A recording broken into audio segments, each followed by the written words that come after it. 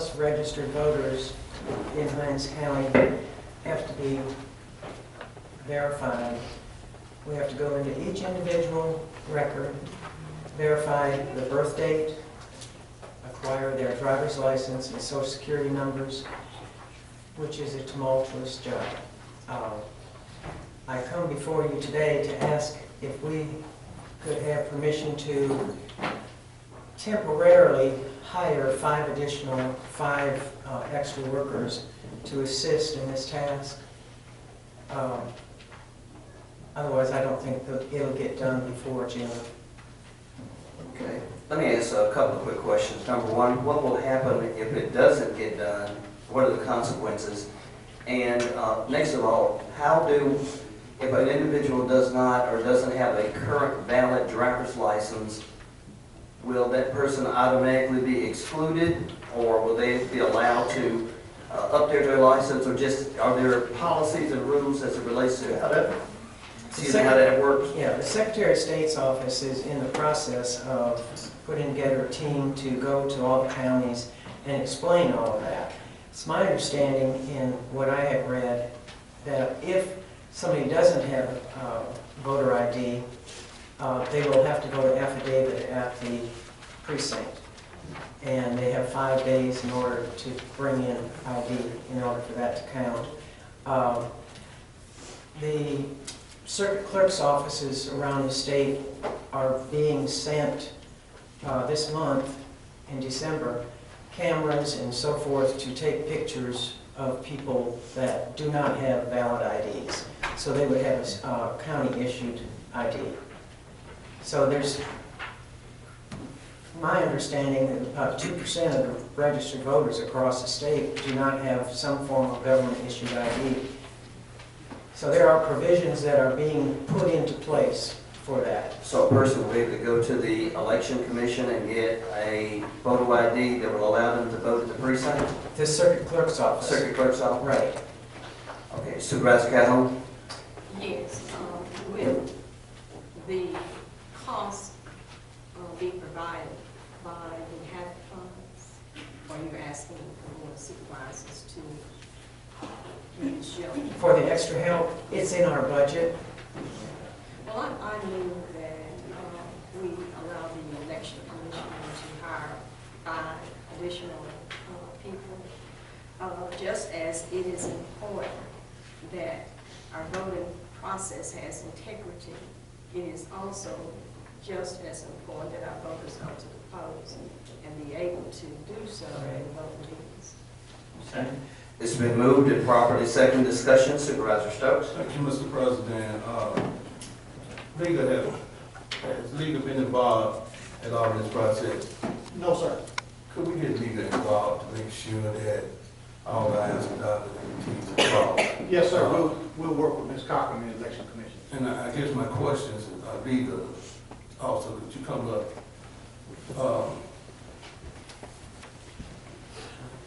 in terms of June election, vote ID is required. Now, we hear Ms. Cochran saying that they have to go through and check all of the registered voters. Is that a mandate from the law? If they're going to check all the voters' IDs and those kind of things, then why do they have ID when they go to vote? I think you're asking a very good question, Supervisor Stokes. This is not an area that we have looked at. As I stated a moment ago, we would be more than happy to work with Ms. Cochran and the Secretary of State's office to find out what exactly the directives are, what the county needs to do, what the election commission needs to do, so that we're ready to comply. Can we get an update maybe at the next meeting? Yes, sir. Thank you. Thank you, Mr. President. May I explain something, sir? Okay. There's nothing in the law, to my knowledge, that states that every voter has to be looked at. We are simply doing this to be prepared for voter ID. So we have, when somebody walks in to the voting precinct and hands you a driver's license or firearms license or whatever, that we have all the information in our system that would match what they would hand us via the driver's license, so it can be verified. This is what I'm saying, Ms. Cox. If they have to show ID at the precincts when they go to vote, and now you having them to show ID before they even go to the precincts and vote, No, we're not doing that. well, we hired 5 people to do what? To go into the voter records, into SIM, Statewide Election Management System, to verify that we have the latest information, be it birth date, driver's license, social security. And we go through the Department of Public Safety, we log into that to verify this information. We're not having anybody come into the office, it's just a computer exercise. But it's not necessary for what you stated earlier. It's not required by law, is it? Not to my knowledge, no. All right. But it's required for us to have That's as much fine. information as we can. That's fine, but I want to make sure that we do everything required by law. And I don't want them to have a single citizen who's out here getting ready to vote to have any kind of fear. Now, if these people we're gonna hire gonna verify something, that's okay. But I want to have it done when June comes, people know what they got to have, what's acceptable ID and everything else. All these other things could become scary to people who think you want to put them in jail. Thank you, Mr. President. The Secretary of State's office, I feel sure, by the time June rolls around, will have publicized and done everything necessary for people to be aware. Any other questions or statements from the board? It's been moved and properly second. All those in favor of? Aye. Opposed to? No. Motion passes. Okay, thank you very much. We notice that we have Commissioner Rhodes and Commissioner Reed here. Do you have additional issues or separate issues? Not at this time. Okay, Dr. Rhodes? No, we are just wanted to make sure that we have done all that's necessary within the law, Supervisor Stokes and to the other members of the staff, the cadre of supervisors, because we're not trying to do anything that would frighten the election.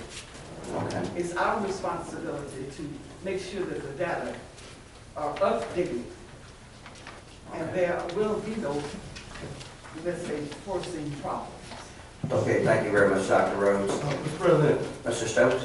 to Dr. Rose, I understand what you're saying. It Yes, sir. sounds good, but you live in an inner city neighborhood, Oh, and you understand what I'm saying. I'm in the It's one thing to say that it's not gonna frighten people or cause any concern, but reality is, you know and I know, some of our cops are gonna have concern. oh, yes, and you know, Jones. Okay, Dr. Rhodes, if you Thank you, would, Mr. President. okay, if you want to make any more comments, come to the podium so where we can make sure we get it on the record. I just want to respond to my supervisor today. Okay.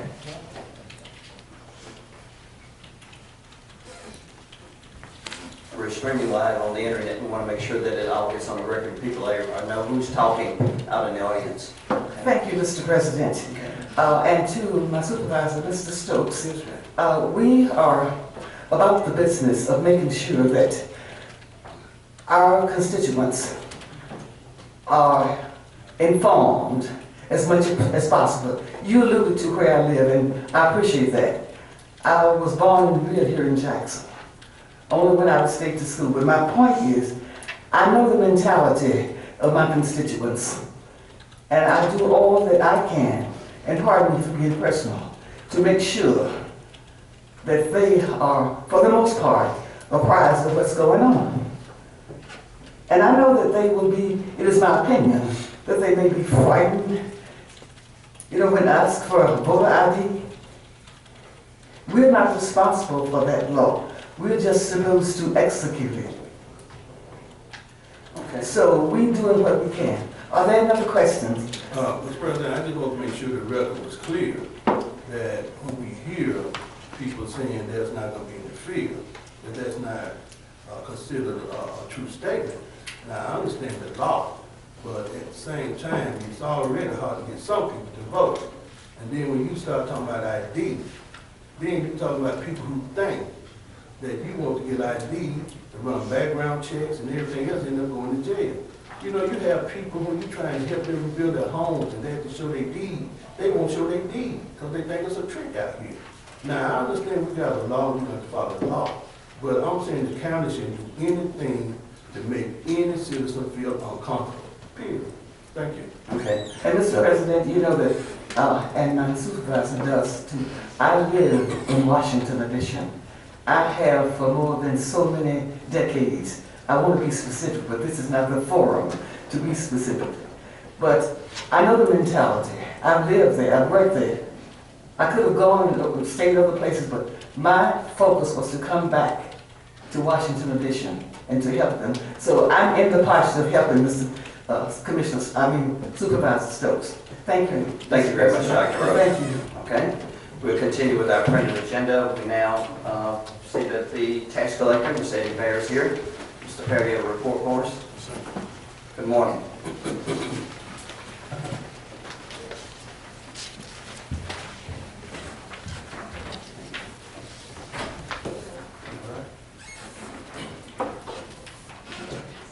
Good morning, Mr. President, members of the board, and our new supervisors, Mr. Greer and Mrs. Quake. It's an honor to be here this morning. During the month of November, we collected $40,809.49. With our personal property taxes for the collection of November, the current year that was just 1 year delinquent, 30,000 of it, $30,910.74 was for 2012. The years 2007, which are the years that we continue to go back on because there were lots of delinquent taxes, we collected $9,898.75. Year to date, we're at $834,442 in collections. From the certified letters that we told you that we sent out on last month, there were 23 of them sent out, 5 accounts were paid in full. Because of the 20-day certified letters that were sent out last month, the 18 accounts that were not collected on, we'll be doing judgments against those in the month of December. And we still have 138 accounts remaining to collect on. Okay. Questions from the board? Thank you, Mr. President. Supervisor Stokes? Good job, Mr. Tax Collector. From year to date, we have 834,000. It's close to a million. Now, is that year to date from what period to when? Is that just current year? Is it going back 2 years, 3 years? That's any delinquent personal property taxes that has been collected from October last year. October last year to now. You got almost $1 million. Good job. Now, let me ask this, because sometimes people say about money, they start saying going to other accounts. Ms. Woods,